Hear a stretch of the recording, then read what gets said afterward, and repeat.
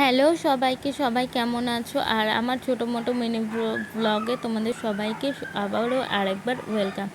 তো আমি এখানে আজকে রান্না করেছিলাম ইলিশ মাছ, মানে ইলিশ মাছ পোস্ত দিয়ে সর্ষে দিয়ে, সেইটারই ছোট্ট একটা রেসিপি তোমাদের সাথে শেয়ার করতে চলে এসেছি। তো চলো দেখো আর জানাও যে আমার রেসিপিগুলো তোমার কেমন লাগছে বা আমার ভিডিওগুলো তোমাদের কেমন লাগছে। আর যদি ভালো লাগে অবশ্যই একটা লাইক, শেয়ার আর কমেন্ট করে দেবে। তো চলো রেসিপিটা তোমাদের সাথে বলে দিই। তো প্রথমেই আমি নিয়ে নিয়েছিলাম ইলিশ মাছ, ভালো করে ধুয়ে লবণ আর হলুদ মাখিয়ে রেখেছিলাম। তারপরে কড়াইতে সর্ষের তেল দিয়ে তেল গরম হলে ইলিশ মাছগুলোকে দিয়ে উল্টে পাল্টে খুব ভালো করে ভেজে নিয়েছি।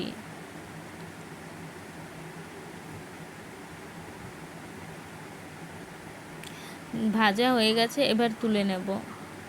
তারপরে কড়াইতে যে তেলগুলো ছিল, মানে ইলিশ মাছ ভাজার পর যে তেলটা ছিল, সেই তেলেই কালো জিরে ফোড়ন দেব। আর এখানে হচ্ছে সর্ষে, পোস্ত আর কাঁচা লঙ্কা, মানে লাল যে পাকা লঙ্কাগুলো হয় সেই লঙ্কাগুলো বাটা।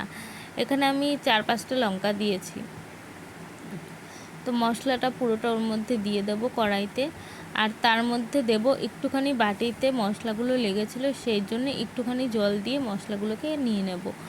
তারপরে ওর মধ্যে স্বাদ অনুযায়ী লবণ আর হলুদ দেব, দিয়ে কড়াইতে ভালো করে নেড়েচেড়ে কষিয়ে নেব যতক্ষণ মশলাটা থেকে তেল না ছেড়ে যায়।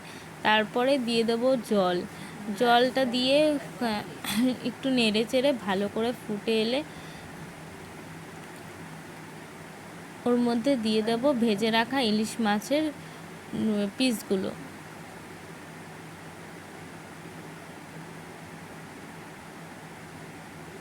এক এক করে খুব সাবধানে ইলিশ মাছের পিসগুলো দিয়ে দিতে হবে।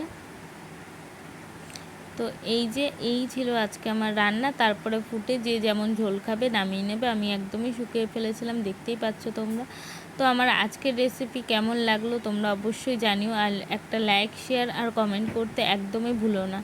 তো চলো টাটা সবাইকে, আবারও দেখা হচ্ছে নতুন কোনো ভিডিওতে।